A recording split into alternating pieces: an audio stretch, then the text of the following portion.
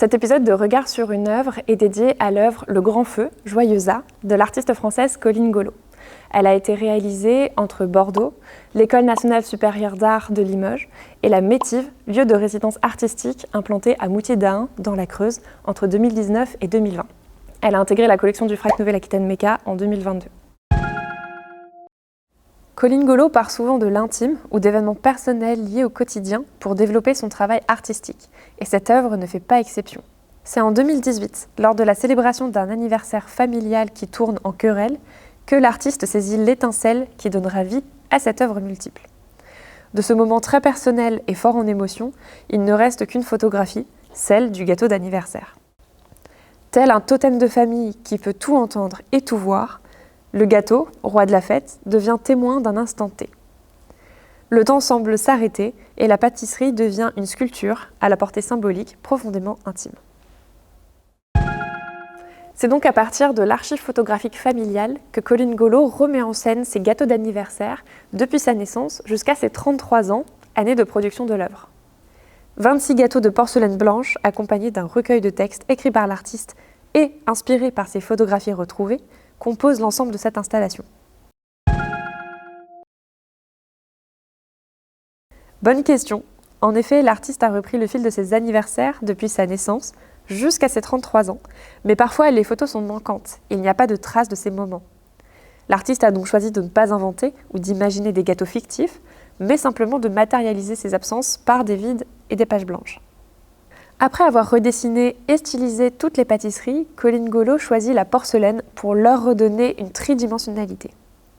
Cette matière organique, composée essentiellement d'argile et d'eau, demande un travail manuel de modelage, de façonnage, et puis plusieurs cuissons à une température très élevée, entrecoupées de temps de refroidissement long. Et oui, on pourrait dire que c'est un peu comme de la pâtisserie. Ça demande beaucoup de précision, de nombreux essais et aussi une excellente habileté manuelle avant d'arriver au résultat désiré.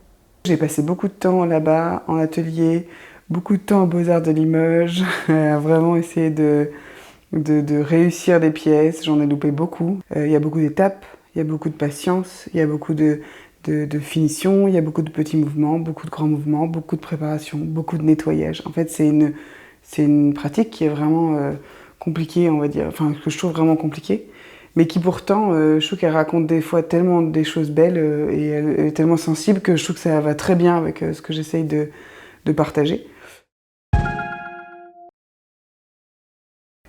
À travers cette œuvre, Colline Golo nous parle de son rapport au temps, car nous pouvons lire ses œuvres comme s'il s'agissait de marqueurs temporels. Pour l'artiste, le temps n'est pas vécu de manière chronologique ou linéaire, mais plutôt par événements et moments clés. Ces instants décisifs peuvent être très ordinaires, mais sont vécus comme de vrais moments de bascule où un changement s'opère. Ce concept vient de la Grèce antique et prend le nom de kairos. Il revient régulièrement dans la production de l'artiste, qui à l'origine se saisit plutôt de la peinture pour figer l'image et arrêter le temps.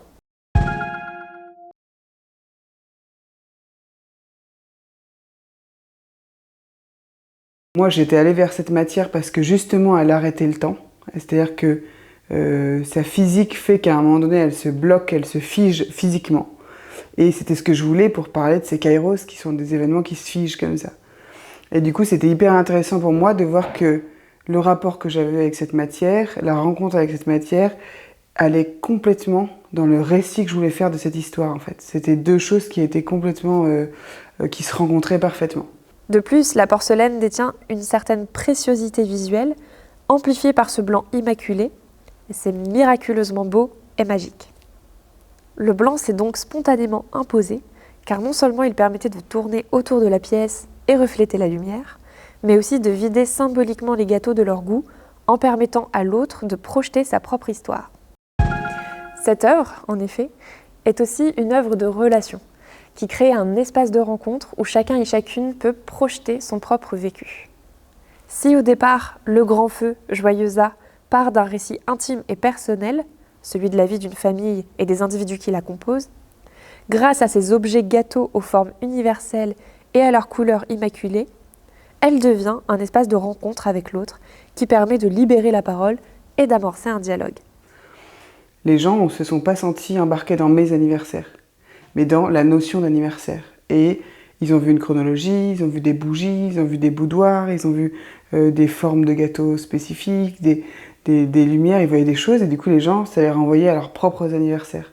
Tout le monde m'a donné en fait beaucoup d'infos, et ça a été pour moi vraiment une grande victoire, parce que je me suis rendu compte que c'était exactement ce que j'avais imaginé, c'était que si on partageait à un endroit, un sujet intime et une discussion intime autour d'un objet, du coup en l'occurrence, la personne en face se pouvait se sentir complètement impliquée et du coup être vraiment dans le partage.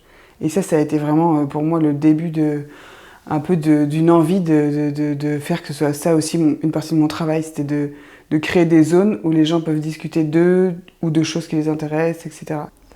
Mais avant de terminer, une dernière chose. À quoi sert de compter le temps humain ?